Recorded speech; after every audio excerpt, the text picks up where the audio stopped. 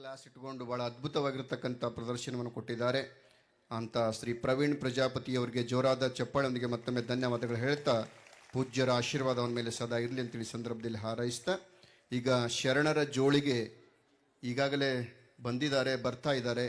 ತಾವೆಲ್ಲ ಶರಣರ ಜೋಳಿಗೆಯಲ್ಲಿ ಭಕ್ತಿ ಕಾಣಿಕೆಯನ್ನು ಸಲ್ಲಿಸಿ ಪೂಜ್ಯರ ಕೃಪೆಗೆ ಪಾತ್ರರಾಗಬೇಕಾಗಿ ಕೇಳ್ಕೊಳ್ತಾ ಈಗ ಪರಮ ಪೂಜ್ಯ ಶ್ರೀ ಶಿವಶಾಂತಿವೀರ ಶರಣರು ಬೆಳಗಾನೂರು ಪೂಜ್ಯರಿಂದ ಶರಣರ ನುಡಿಯನ್ನು ತಾವೆಲ್ಲ ಕೇಳಬೇಕು.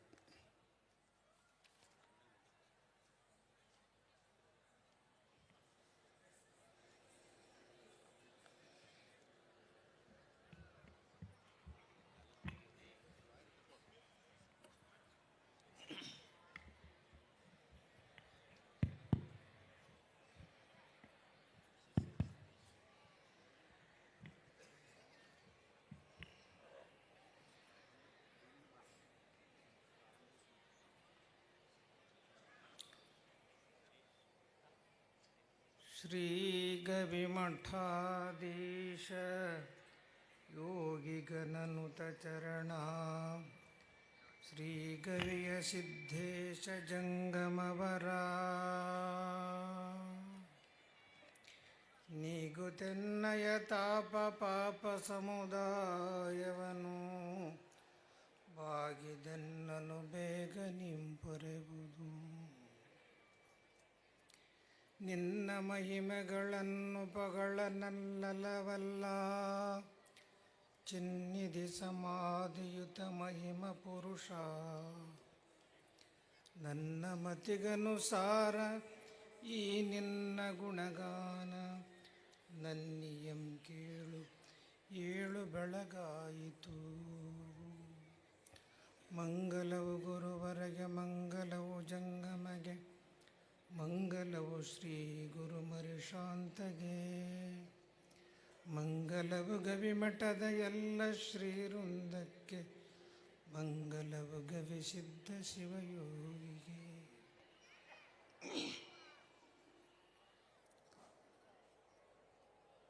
ಸದಾ ಸ್ಮರಣೀಯರಾದ ದಯಾಗನ ಗವಿಸಿದ್ದೇಶನನ್ನ ಗುರುನಾಥ ಶಿವಶಾಂತ ಶಿವಯೋಗಿಯನ್ನು ಈ ಸಂದರ್ಭದಲ್ಲಿ ಸ್ಮರಿಸಿ ಶ್ರೀಮಠದ ಪೂಜ್ಯರು ಮಾತೃ ಹೃದಯಗಳು ಜಗದ್ಗುರು ಗವಿಸಿದ್ದೇಶ್ವರ ಮಹಾಸ್ವಾಮಿಗಳಲ್ಲಿ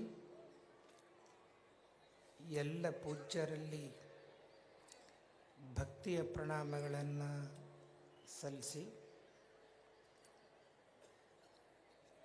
ಗವಿಮಠದ ಜಾತ್ರೆ ಈ ಸಂದರ್ಭದಲ್ಲಿ ಪಾಲ್ಗೊಂಡಿರುವ ಎಲ್ಲ ಸದ್ಭಕ್ತರೇ, ಜಾತ್ರೆಯ ಅಂಗವಾಗಿ ಅನೇಕ ಗೋಷ್ಠಿಗಳು ಇಲ್ಲಿ ನಡೆದು ಬಂದಿವೆ. ಜ್ಞಾನ, ಸಂಗೀತ, ರಸಮಂಜರಿ, ಹಾಸ್ಯ, ಅನೇಕ ವಿಚಾರಗಳಿಂದ ಕೂಡಿದ ಗವಿಸಿದ್ದೇಶನ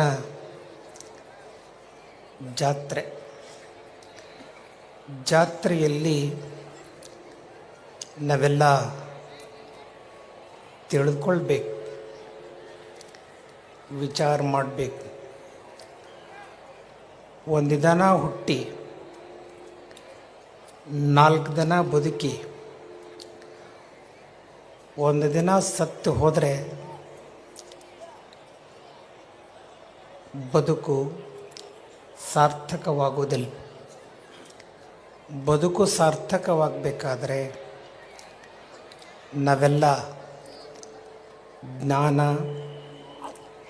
ಭಕ್ತಿ ವಿಚಾರಗಳನ್ನು ತಿಳಿದುಕೊಂಡು ಬದುಕುವಂಥ ಪ್ರಯತ್ನವನ್ನು ಮಾಡಬೇಕು. ವಿಚಾರ ಅನ್ನುವಂಥ ಶಬ್ದ ನಾವೆಲ್ಲ ಪ್ರತಿನಿತ್ಯ ಬದುಕಿನಲ್ಲಿ ನೋಡ್ತೇವೆ. ಏ ತಮ್ಮ, ವಿಚಾರ ಮಾಡಿ ಹೆಜ್ಜೆ ಇಡೋ, ಆಲೋಚನೆ ಮಾಡು. ಆ ಹುಡುಗ ಏನಂತಾನೆ ಅಂದರೆ, ನಾನು ನನ್ನ ಹೆಂಡತಿ, ನನ್ನ ಪ್ರಪಂಚ ಸುಖವಾಗಿದ್ದರೆ ಸಾಕು. ವಯೋವೃದ್ಧ ತಾಯಿ ತಂದೆ ಮನೆಯಲ್ಲಿರಲಿ, ನಾನು ಬೇರೆ ಓಣಿಯಲ್ಲಿ ಮನೆ ಮಾಡ್ತೀನಿ ಅಂತ ಹೇಳ್ತಿರ್ತಾನೆ. ಅದಕ್ಕೆ ಹಿರಿಯರು ಹೇಳ್ತಾರೆ, ಇನ್ನಿಷ್ಟು ವಿಚಾರ ಮಾಡು, ನೋಡಿ ಹೆಜ್ಜೆ ಇಡು. ವಿಚಾರ ಅನ್ನುವಂಥ ಶಬ್ದ ದೇವತ್ವವನ್ನು, ದೈವತ್ವವನ್ನು, ಬದುಕನ್ನು ಸಾರ್ಥಕಗೊಳಿಸುವಂಥ ಕೆಲಸ ವಿಚಾರ ಅನ್ನುವಂಥ ಶಬ್ದದಲ್ಲಿ ಇದೆ ಎನ್ನುವಂಥದ್ದನ್ನು ಹೇಳಿ ಒಂದು ಮಾತು ಬರುತ್ತದೆ. ಈ ಜಗವನ್ನಂಬಿ ಸುಖವೇ ಇಲ್ಲ, ಪಾರು ಮಾಡು ದೇವ.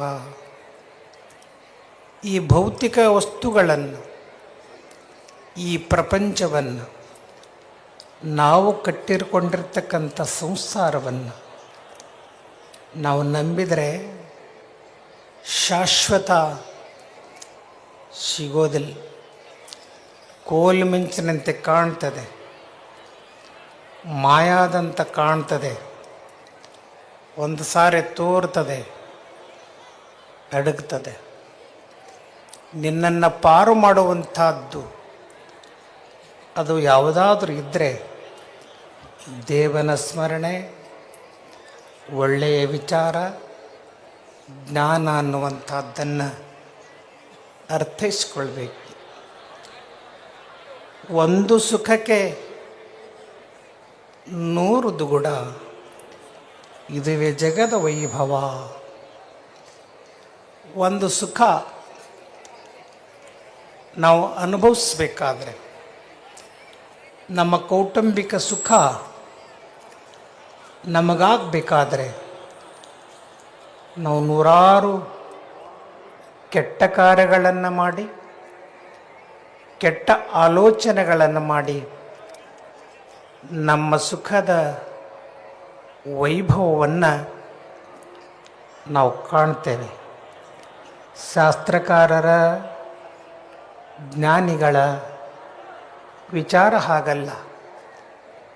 ಬೇರೆಯವರ ದುಃಖವನ್ನು, ಆ ದುಃಖಕ್ಕೆ ಸಮಾಧಾನವನ್ನು ನೀಡುವಂಥ, ಮತ್ತೊಬ್ಬರು ಸುಖದಲ್ಲಿರುವಂಥ, ಮತ್ತೊಬ್ಬರ ಪ್ರೀತಿಯಲ್ಲಿ ಬದುಕುವಂಥ ಆ ಸಂತೋಷದ ಕ್ಷಣಗಳನ್ನು ನಮ್ಮಲ್ಲಿ ಕಂಡಾಗ ನಾವು ಕೂಡ ದೇವನ ಸಾನ್ನಿಧ್ಯವನ್ನೇ ಕಾಣಲಿಕ್ಕೆ ಸಾಧ್ಯತೆ ಇದೆ ಎನ್ನುವಂಥ ಮಾತನ್ನು ಈ ಪ್ರಸಂಗದಲ್ಲಿ ಹೇಳಿ, ನಮ್ಮ ಗುರುಗಳು ಶಿವಶಾಂತ ವೀರ ಶಿವಯೋಗಿಗಳು ಮೇಲಿನ ಮೇಲೆ ಒಂದು ಮಾತು ಹೇಳ್ತಾ ಇದ್ದರು.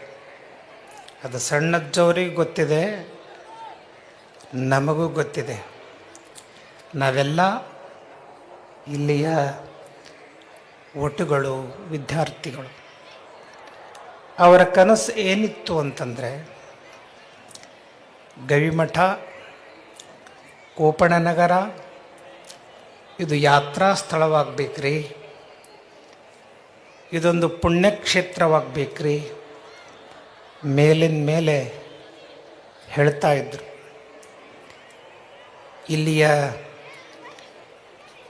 ಕ್ಷೇತ್ರ ಬೇರೆ ಕ್ಷೇತ್ರಗಳಂತೆ ಕೊಪ್ಪಳ ನಗರವು ಕೂಡ ಪುಣ್ಯಕ್ಷೇತ್ರವಾಗಬೇಕು.